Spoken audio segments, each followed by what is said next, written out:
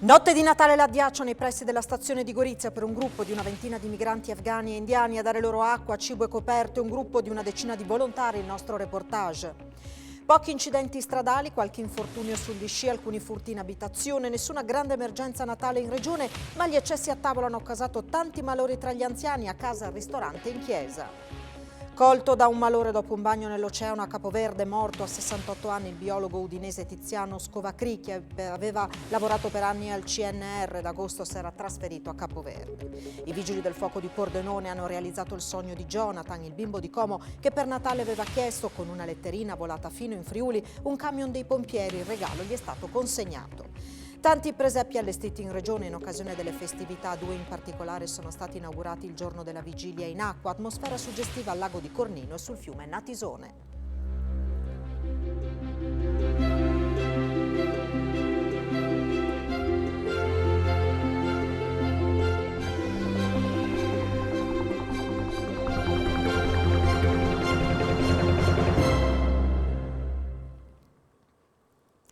Buonasera e a tutti voi l'augurio di un buon Santo Stefano. Per molti quello appena trascorso è stato un Natale di festa assieme ai propri cari e ai propri affetti, per altri è stata invece una giornata difficile, trascorsa lontano da casa e al freddo. Stiamo parlando della notte di Natale trascorsa all'Addiaccio, vicino alla stazione di Gorizia, per alcuni migranti afghani e indiani. Non sono rimasti solo perché a dar loro supporto, a portare viveri e coperte c'era un gruppo di una decina di volontari. Eccovi allora il nostro reportage. Sono le 22:30 della notte di Natale e in stazione a Gorizia non c'è ormai quasi nessun pendolare. Ci sono però loro, una ventina di migranti, quasi tutti di nazionalità afghana a parte 3 indiani. Passeranno le ore notturne qui, in attesa dell'alba. Non potranno però dormire all'interno della stazione, che di notte chiude i battenti. Dovranno sistemarsi al suo esterno, nonostante il freddo. Gli afghani dicono di avere tutti tra i 14 e i 20 anni e i loro visi sembrerebbero confermarlo. Uno di loro, il più giovane, ha delle evidenti piaghe ai piedi. Un ragazzo parla inglese, dice di avere 19 anni, quasi 20. Racconta di essere scappato dalla sua casa in Afghanistan perché i talebani gli hanno ucciso il fratello e lui aveva paura di fare la stessa fine. Sono quasi 2 mesi che cammina. Il suo obiettivo è raggiungere la Francia, dove vive la sorella. È la notte di Natale, ma tutte le notti in stazione a Gorizia sono così da ottobre. A volte arrivano anche famiglie intere alla ricerca di un futuro migliore. A dare loro conforto, cibo e indumenti caldi ogni sera è un gruppo di una decina di volontari. Tra loro c'è anche Manzoor, un ragazzo pakistano che vive a Gorizia da 8 anni e fa l'interprete. Proprio un po' di settimane fa che faceva tanto freddo qui a stazione, che c'era un gruppetto di indiani, c'erano qui 3 persone, addirittura non avevano le scarpe, hanno camminato senza scarpe, senza calzini, che avevano proprio i piedi freddi, bagnati, e abbiamo cercato di dare un po' di calzini puliti, un po' di scarpe recuperati, abbiamo cercato di dare per tenere caldo queste 3 persone. Qui la situazione alla stazione è ogni giorno una situazione diversa. Succede molto raramente che non ci sia nessuno. Altre volte abbiamo avuto anche 40 persone in nella stessa sera. Ci sono anche molte volte persone, donne con bambini piccoli. E qualche settimana fa c'è una famiglia afghana con 2 bambine di soli 3 mesi. E in quel caso lì fortunatamente riusciamo a metterli al coperto, altrimenti tutto quello che possiamo fare è dargli delle coperte, qualcosa di caldo per passare la notte all'esterno della stazione. Ecco, è la notte di Natale, ma per voi volontari è una notte come tutte le altre. Esatto, è una notte come tutte le altre, come sarà probabilmente anche il 31 dicembre, insomma. Siamo qui, non siamo un'associazione costituita, siamo qua giusto per dare un gesto di umanità a queste persone che arrivano dalla rotta balcanica, non solo da Afghanistan e Pakistan come uno potrebbe immaginarsi o potrebbe pensare, sono arrivati anche nepalesi.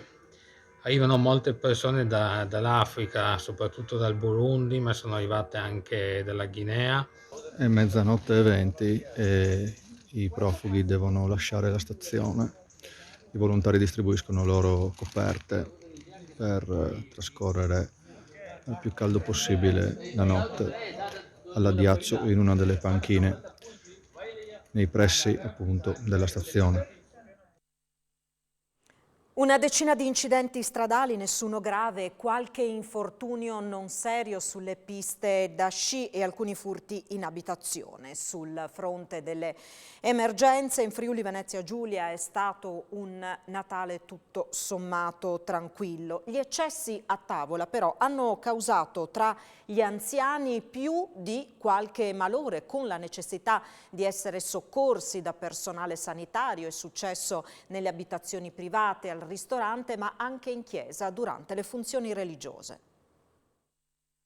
Il timore degli operatori delle emergenze era che il primo Natale senza limiti e restrizioni, dopo 2 anni di pandemia, si sarebbe tradotto in qualche eccesso di troppo, con effetti gravi sulle strade e nei locali.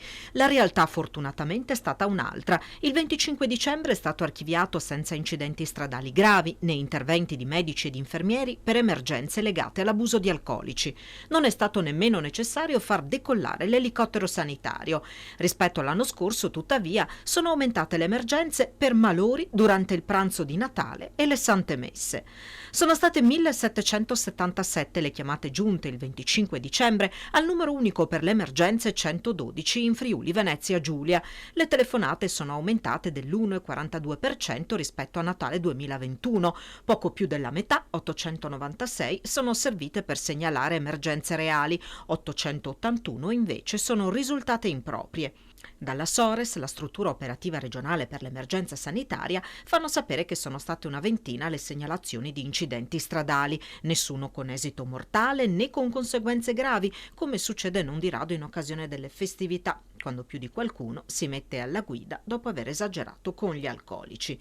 Qualche eccesso a tavola è all'origine di diversi malori che hanno colpito, in casa o al ristorante, persone anziane, in genere con più patologie a carico. Lo stesso è accaduto anche in chiesa durante le funzioni religiose. Solo in qualche caso si è reso necessario il trasporto in ospedale per accertamenti. 7 sono state le richieste d'aiuto arrivate al 112 in seguito ad incidenti successi sulle piste da sci della regione. Anche in questo caso non si segnalano feriti gravi. E poi le amare sorprese al rientro a casa dopo aver trascorso fuori la giornata di Natale. Sono state una decina le segnalazioni di furto. Al NUE 112 ieri sono arrivate anche le chiamate da parte di 14 cittadini stranieri, gestite grazie al servizio di interpretariato multilingua. Delle telefonate legate a vera emergenza, 565 di natura sanitaria sono state passate dal 112 alla Sores, 149 alla Polizia di Stato, 131 ai Carabinieri e 51 ai Vigili del Fuoco. Incidenti sugli sci e valanghe hanno invece funestato il Natale sulle montagne dell'Alto Adige e della vicina Austria. Una ragazzina olandese di 12 anni è morta per le gravissime ferite riportate dopo essere finita con gli sci contro un albero nel comprensorio dello Zillertal in Austria. L'incidente si è verificato ieri pomeriggio e la dodicenne è morta in ospedale nella notte. Sempre ieri una valanga ha travolto ed ucciso uno sci alpinista di 59 anni in Alto Adige, in Val Senales, a 2700 metri di quota. Il corpo dell'uomo è stato recuperato nella notte. Sempre nella notte sono stati trovati in vita, sebbene gravemente feriti, gli ultimi 2 dispersi della valanga che ieri ha sepolto 10 sciatori nella località sciistica di Lech Zurza, a 2700 metri di altitudine nell'end alpino occidentale del Vorarlberg in Austria. 4 delle 10 persone salvate sono ferite. Le autorità hanno escluso che vi siano altri dispersi. Colto da un malore a Capoverde è morto a 68 anni il biologo marino udinese Tiziano Scovacricchi. Per anni aveva lavorato al CNR, ormai in pensione si era trasferito nell'arcipelago al largo del Senegal in agosto. Un malore sulla spiaggia in un'isola di Capoverde mentre faceva il bagno nell'oceano il giorno di Natale è costato la vita al biologo marino in pensione Tiziano Scovacricchi. Udinese, terzogenito dell'ex sottosegretario friulano Martino Scovacricchi, avrebbe compiuto 68 anni il prossimo 18 gennaio. Il suo corpo riverso sulla spiaggia grande di Cagliao, nell'isola di São Vicente, è stato notato da alcuni turisti nella tarda mattinata del 25 dicembre. Nel primo pomeriggio sono arrivati i vigili del fuoco che ne hanno accertato la morte. Scovacricchi si era trasferito nell'isola di Capoverde ad agosto. La mattina del giorno di Natale, come faceva sempre, sarebbe uscito di casa per un tuffo nell'oceano poco distante dalla sua abitazione, poi sarebbe stato colto da un malore che non gli ha lasciato scampo. Biologo marino, per una vita intera ha lavorato al CNR. Negli ultimi anni aveva collaborato in regione con l'ente tutela pesca, lavorando al progetto sull'eradicazione del gambero rosso della Louisiana e la tutela delle specie autoctone. Tra gli ultimi a sentirlo per gli auguri di Natale c'è un altro friulano che ha scelto di vivere a Capoverde, Alberto Zeppieri. Eravamo in contatto per il mio progetto musicale Capoverde Terra d'Amore, racconta Telefriuli, al quale era interessato perché cantava in un coro locale e si era appassionato alla cultura canora di Capoverde.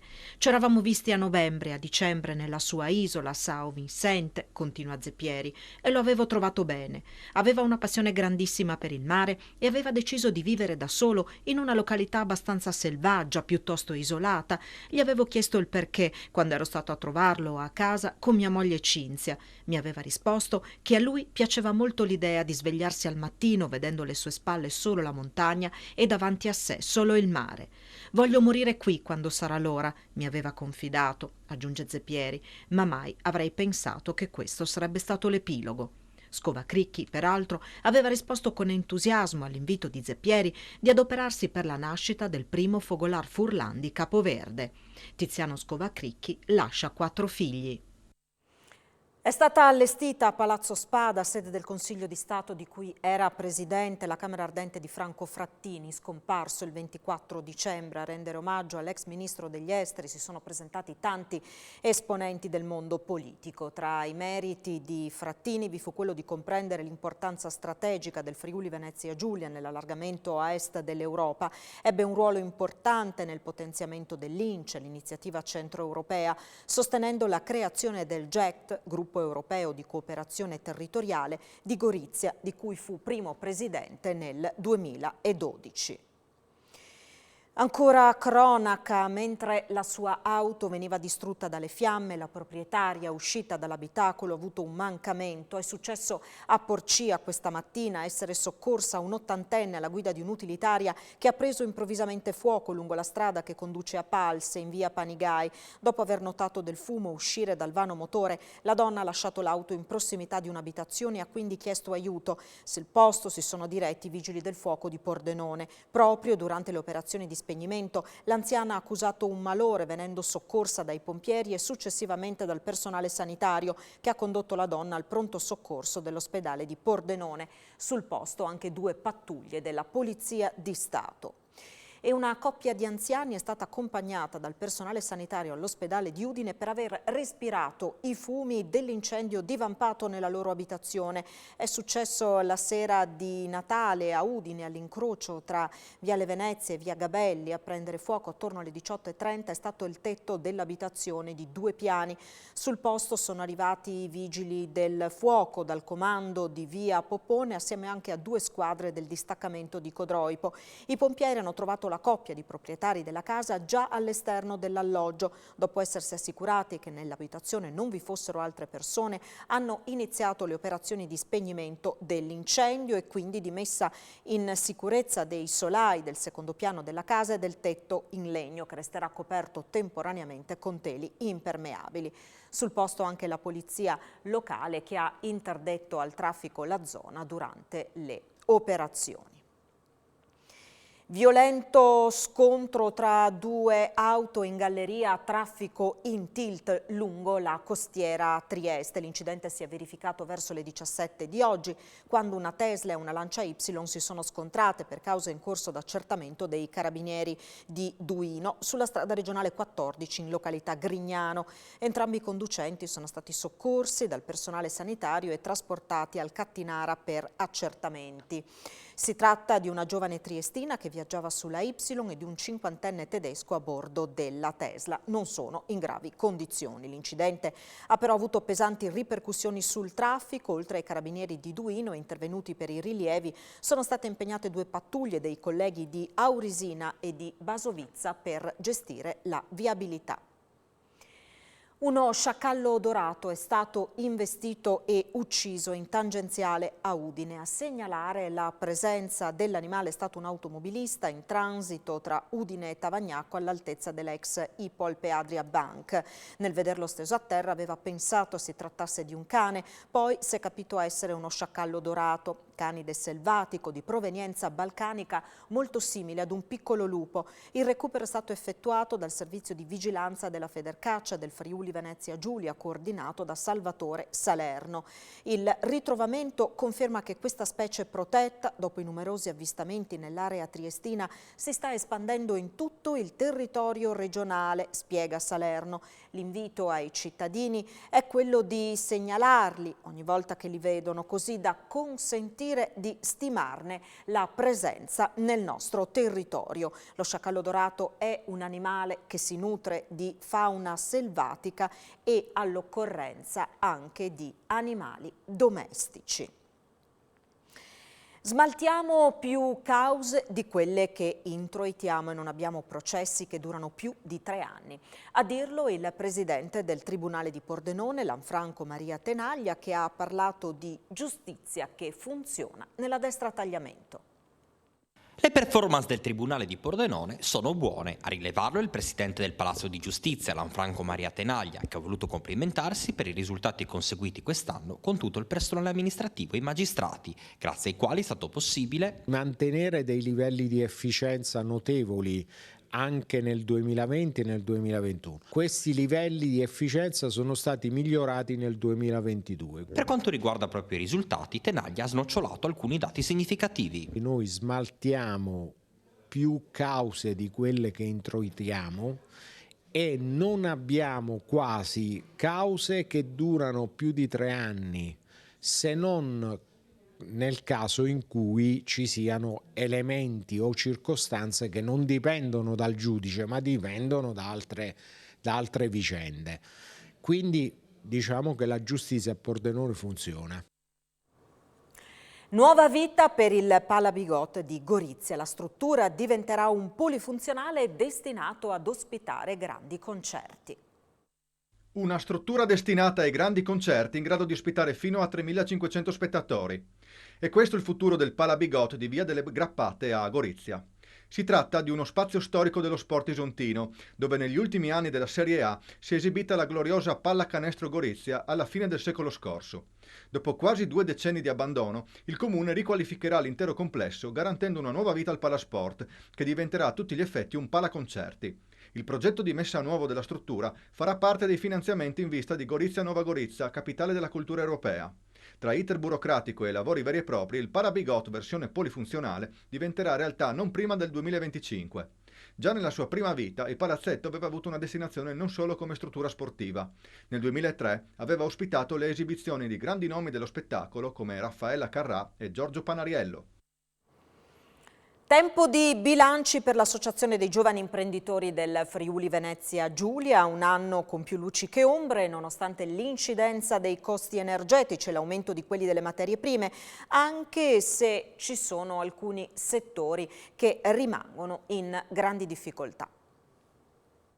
Il bilancio di quest'anno in realtà è particolare, nel senso che stiamo vivendo un momento di difficoltà per le imprese, ma sotto un certo punto di vista anche di forte ripresa. È un bilancio con più luci che ombre, quello tracciato da Massimiliano Petri, presidente dell'Associazione Giovani Imprenditori del Friuli Venezia Giulia. Nel contesto nazionale la nostra regione ha subito meno di altri contraccolpi della crisi energetica e dell'aumento dei costi delle materie prime. In alcuni settori la situazione economica risulta essere particolarmente incoraggiante, a differenza di altri che invece stanno soffrendo in maniera pesante. Sicuramente sta andando bene l'edilizia, sta andando bene il settore dell'artigianato artistico e penso alla nostra associazione di categoria, ma in realtà ci sono anche dei problemi legati, ripeto, all'energia, per cui magari quelli legati al commercio e magari alla grande distribuzione che ha problemi legati alla fornitura di frigoriferi piuttosto che macchine che sono estremamente energivore.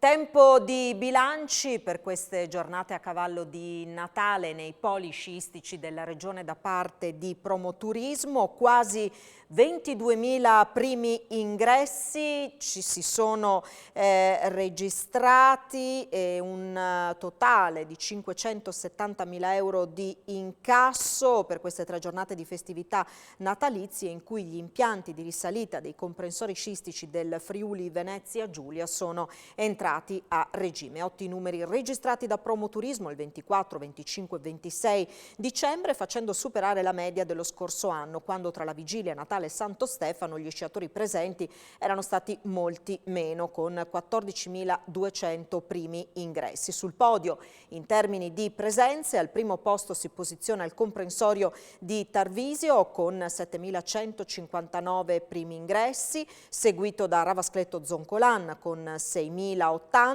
Piancavallo con 4.588 primi ingressi. Sappada chiude il weekend lungo con 1.617 primi ingressi, Forni di Soprasauris 1.262, Sella Nevea con 1.273 primi ingressi conteggiati. Il prossimo aggiornamento su apertura degli impianti è atteso per giovedì pomeriggio. La letterina di Natale di Jonathan, che aveva chiesto un camioncino dei pompieri, ha fatto parlare di sé in tutta Italia. Appesa ad un palloncino azzurro, era volata da Como fino a Pordenone e proprio i vigili del fuoco della città sul Noncello hanno consegnato al bimbo il suo regalo. La sua letterina di Natale è volata con un palloncino da Como al Friuli e da Pordenone i pompieri sono partiti per un viaggio a ritroso, realizzando il desiderio di un bimbo di 3 anni. A rendere felice il piccolo Jonathan non è stato, almeno quest'anno, Babbo Natale con la slitta e le renne. Ci hanno pensato i vigili del fuoco, arrivati con la scala fino al balcone della casa del bimbo, che per il 25 dicembre aveva espresso il desiderio di ricevere un camioncino dei pompieri. Il bambino aveva chiesto aiuto alla nonna per scrivere questo messaggio in una letterina. Caro Gesù bambino, mi chiamo Jonathan, ho 3 anni e vado all'asilo. Per Natale mi piacerebbe avere il camion dei pompieri. Il foglio con il suo desiderio è stato appeso ad un palloncino azzurro che da Pusiano, comune del Comasco, ha percorso 400 chilometri prima di cadere in un campo di Pordenone. Un passante lo ha visto, lo ha raccolto e ha pensato bene di consegnarlo ai vigili del fuoco della città sul Noncello. I pompieri non ci hanno pensato 2 volte ad organizzarsi per esaudire quel desiderio. Così sono partiti alla volta della Lombardia e con l'aiuto dei colleghi del Comando Provinciale di Como e del distaccamento di Erba, il giorno della vigilia sono arrivati sotto casa di Jonathan a Pusiano. E per far sì che fosse magia fino in fondo, un pompiere ha indossato i panni di Babbo Natale, salendo su una scala fino al balcone, dove ad attenderlo c'era un incredulo e sorridente bambino che difficilmente dimenticherà queste feste. La magia del Natale anche nei presepi allestiti in regione, 2 in particolare in acqua. Iniziamo dal Lago del Cornino. La magia del Natale rivive al lago di Cornino. Dopo la pausa imposta dalla pandemia e l'edizione a regime ridotto del 2021, quest'anno ha preso nuovamente vita, la sera della vigilia, la tradizione della natività galleggiante sullo specchio d'acqua. Il Bambin Gesù emerso dalle profondità fra le braccia dei sub, insieme alle altre statue, ha composto il presepe al centro del lago. Arriva Monsignor Sergio De Cecco, parroco di San Daniele Forgaria, ha celebrato la Santa Messa in un'atmosfera resa speciale dai giochi di luci riflesse nelle limpide acque del lago. Tra i presenti anche i sindaci di Forgaria, Marco Chiapolino, e di Trasaghis, Stefania Pisu. La manifestazione, organizzata dall'ASD Friulana Subacquei, guidata dal presidente Ernesto Milan, ha coinvolto 40 sub. Hanno collaborato le amministrazioni comunali di Trasaghis e Forgaria, il gruppo Alpini di Forgaria e la Protezione Civile di Forgaria, Osoppo e Trasaghis. In riva al lago c'era anche il decano della Friulana Subacquei, Lady Vidussi. Quella del presepe di Cornino è una tradizione che si rinnova da 48 anni. Era il 1973 quando un gruppo di subacquei ebbe l'idea di dar vita ad un Natale diverso. Furono realizzate delle statue poi posizionate sul fondo del lago. La notte del 24 dicembre 1973, dopo la messa, a mezzanotte venne impartita la benedizione e i sub con le loro torce e il parroco, istruito per l'occasione, resero omaggio al presepe. La cerimonia si ripete da allora, con alcune pause come quella del 1976 dopo il terremoto e del 2020 per la pandemia. Nel corso degli anni sono state diverse le modifiche apportate, dall'illuminazione alle statue. Il presepe del lago del Cornino resterà visibile in superficie almeno fino al giorno dell'Epifania.